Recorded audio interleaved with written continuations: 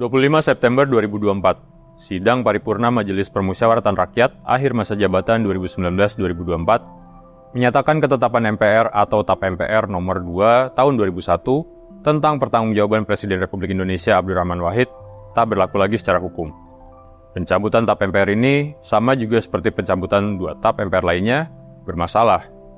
Karena menurut sejumlah pakar hukum tata negara, MPR bukan lagi lembaga tertinggi negara yang dapat membuat dan mencabut ketetapan. Toh pada 2003, Kejaksaan Agung juga menyatakan Gus Dur tak terbukti terlibat dalam kasus penyalahgunaan dana Yayasan Yanatera Bulog dan sumbangan Sultan Brunei Darussalam. Bagaimana sebetulnya cerita di balik keluarnya TAP MPR nomor 2 tahun 2001 dan mengapa waktu itu Gus Dur dimakzulkan? Dan inilah Putar Balik.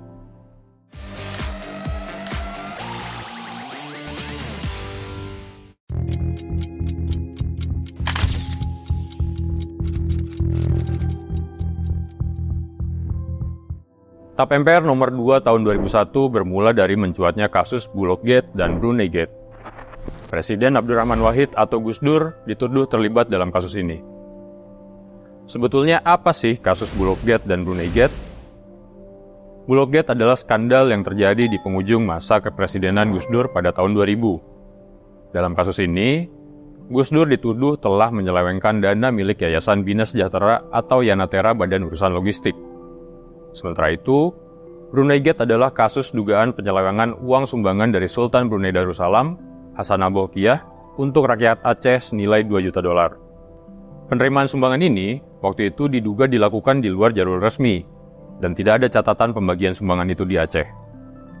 Tempo mendalami kasus Bulog Gate ini dan melaporkannya pada artikel berjudul Misteri Penadah Dana Jarahan Bulog yang terbit di edisi 28 Mei 2000. Awal mula Bulog Gate terjadi pada Februari 2000. Waktu itu, Wakil Kepala Bulog Sapuan didatangi Suwondo. Suwondo adalah juru pijat Gus Dur.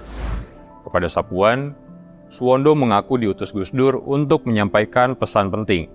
Isinya, istana perlu menarik duit sebesar 20 miliar rupiah dari pos dana taktis Bulog. Sapuan lalu mendatangi Kepala Bulog saat itu, Yusuf Kala. Ia menyerahkan memo internal plus 2 lembar cek senilai 5 miliar rupiah. Yusuf Kala jelas curiga. Ia pun menolaknya. Yusuf Kala meminta surat tertulis dari Gus Dur soal pencairan dana itu. Tapi surat itu tidak pernah ada. Namun, Sapuan yang diduga termakan iming-iming jabatan kepala Bulog pun gelap mata. Pada Februari itu, kebetulan Yusuf Kala berdinas ke luar negeri. Saat itulah Sapuan memerintahkan Deputi Penyaluran Bulog sekaligus Ketua Yanatera Mulyono untuk mengucurkan uang. Akhirnya, pada Februari itu juga, dana sejumlah 35 miliar rupiah dicairkan dalam 2 tahap. Pencairan dana ini diakui Bendahara Yayasan Yanatera, Yakub Ishak. Menurut dia, perintah pencairan dana datang dari Sapuan dan Mulyono. Yakub dan Mulyono kemudian menaikkan cek pencairan dana itu. Setelah itu saya serahkan ceknya ke Pak Mulyono dan Pak Sapuan, kata Yakub kepada Tempo. Pembobolan dana Bulog ini berdasarkan pengakuan Sapuan kepada seorang mantan petinggi Bulog, terjadi atas dasar perjanjian pinjam-meminjam dengan Suwondo. Jangka waktu pengembaliannya adalah 1 tahun.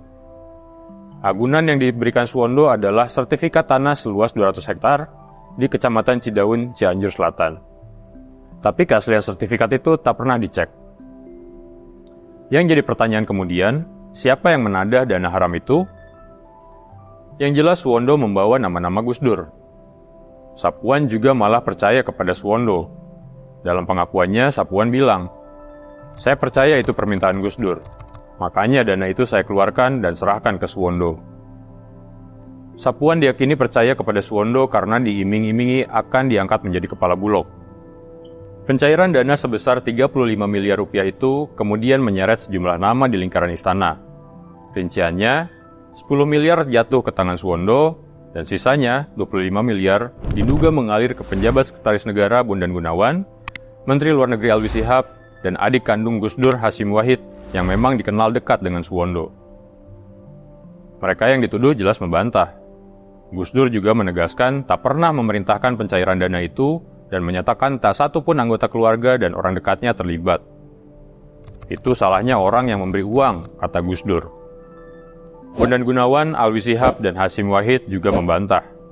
Untuk apa? Saya sungguh tidak tahu, kata Bondan. Adapun Alwi Shihab bilang, sama sekali tidak benar. Sementara Bondan menduga kasus Bulogate ini sengaja dimunculkan untuk menjatuhkan Gus Dur di sidang tahunan MPR pada 2001. Tak lama setelah kasus ini mencuat dan banyak diberitakan, aktor utama kasus ini tiba-tiba tak jelas keberadaannya, terutama Suwondo, Sapuan, dan Mulyono yang meninggalkan rumah mereka. Kasus ini kemudian bergulir di Senayan. 3 fraksi di DPR terus menekan agar kasus ini diusut. 3 fraksi itu adalah Partai Demokrasi Indonesia Perjuangan atau PDIP, Partai Golkar, dan Poros Tengah yang terdiri dari partai-partai berasaskan Islam, seperti Partai Kebangkitan Bangsa, Partai Amanat Nasional, Partai Persatuan Pembangunan, Partai Keadilan, dan Partai Bulan Bintang. DPR pun sepakat membentuk panitia khusus atau pansus untuk mengusut kasus Bulogate dan Bruneigate. Sepanjang tahun 2000 sampai 2001, DPR pun disibukkan dengan pengusutan kasus ini. DPR mendatangkan orang-orang yang disebut dalam kasus pencairan dana Bulog ini untuk meminta kesaksian mereka. Pansus Bulogate yakin ada peran Gus Dur dalam kasus ini.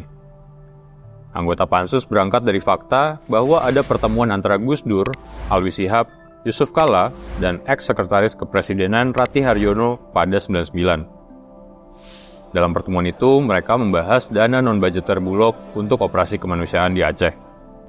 Ada juga fakta bahwa Sapuan bertemu Gus Dur pada 7 Januari 2000. Hal lain yang memperkuat kecurigaan anggota pansus adalah surat perjanjian utang piutang yang diklaim Sapuan dan Suwondo rupanya ditandatangani pada Mei 2000, setelah kasus ini meledak ke publik.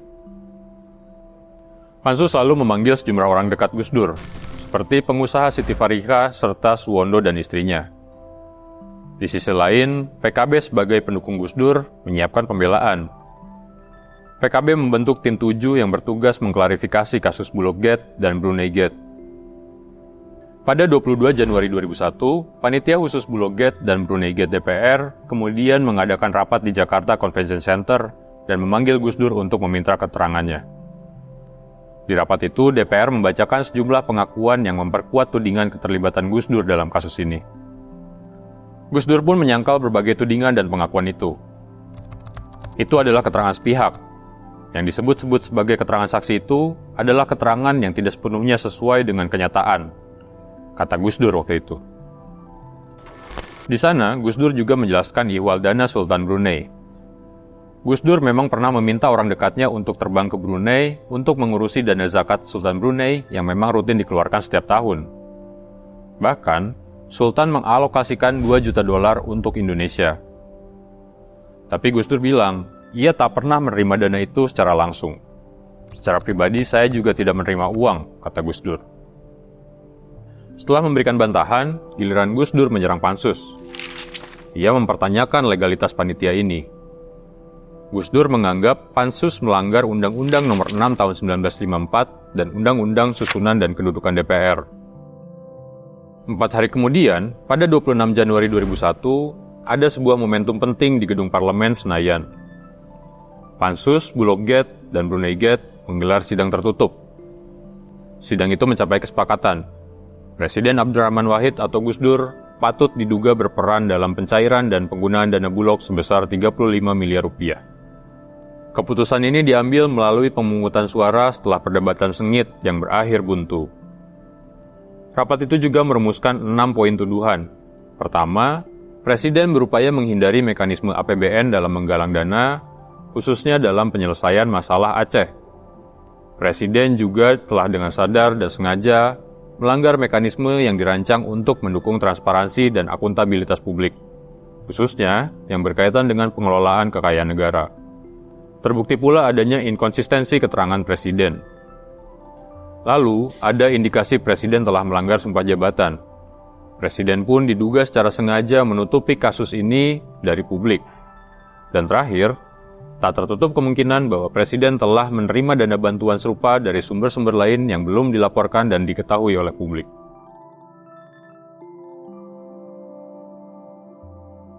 Setelah rapat itu, suasana politik semakin panas. Gus Dur dan para anggota dewan terus saling serang melalui pemberitaan. Demonstrasi mahasiswa yang meminta kasus Bulog Gate diusut juga terus berlangsung.